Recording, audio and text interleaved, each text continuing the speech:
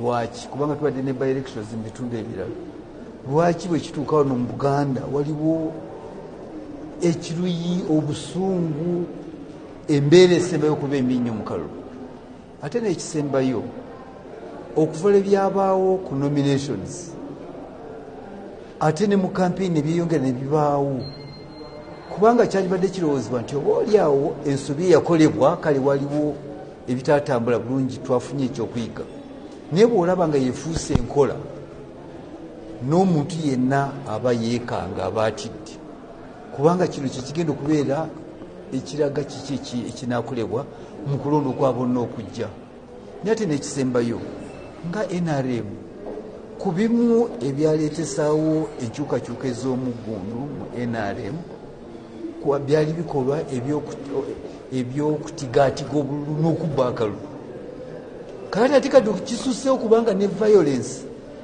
NRM evumirira era yalwanyisa kibayitanga state sponsored violence okuteekawo embeera etulugunya abantu ekuba abantu emalako abantu eddembe lyabwe n'abantu abambadde obukookolo mu mulembe gwa NRM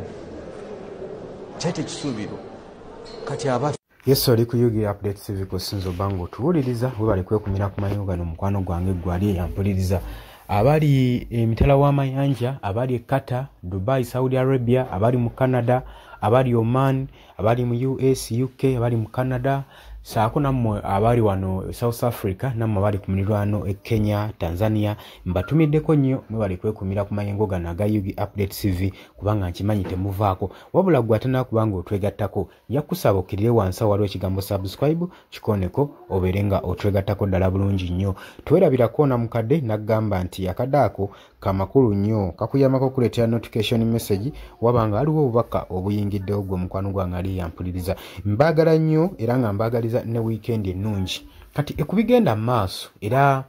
bifuuse ensonga mu Uganda naddala eri mbabaka ba parliament buli mubaka kitiisizza nno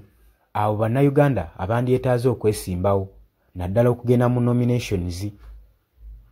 ne mu by elections kyokka ebiseera ebisinga tulabe nga by elections zigenda maaso n'okubeerawo mu bibiina ebirala mu constituencies endala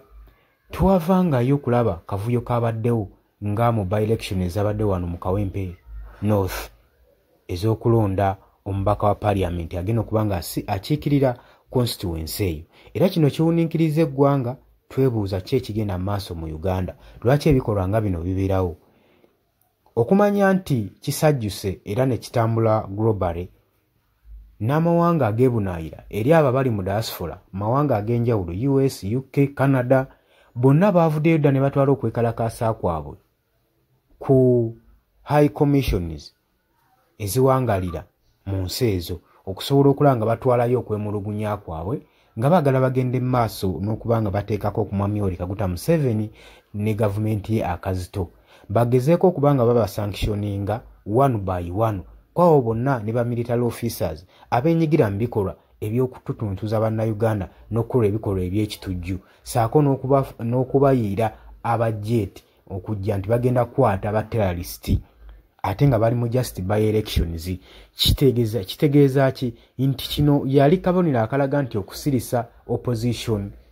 kusobola okusirisa opposition leaders saako n'abo abawagizi abawagira opposition leaders abali ku opposition side okusobola okulaba nga balwanirira eddembe lyabwe n'enkyukakyuka mu ggwanga lyabwe kikyolowooza ku nsonga eno kwanirizaako mu comment section jangu otangaaze bannayuganda okusinziira gwe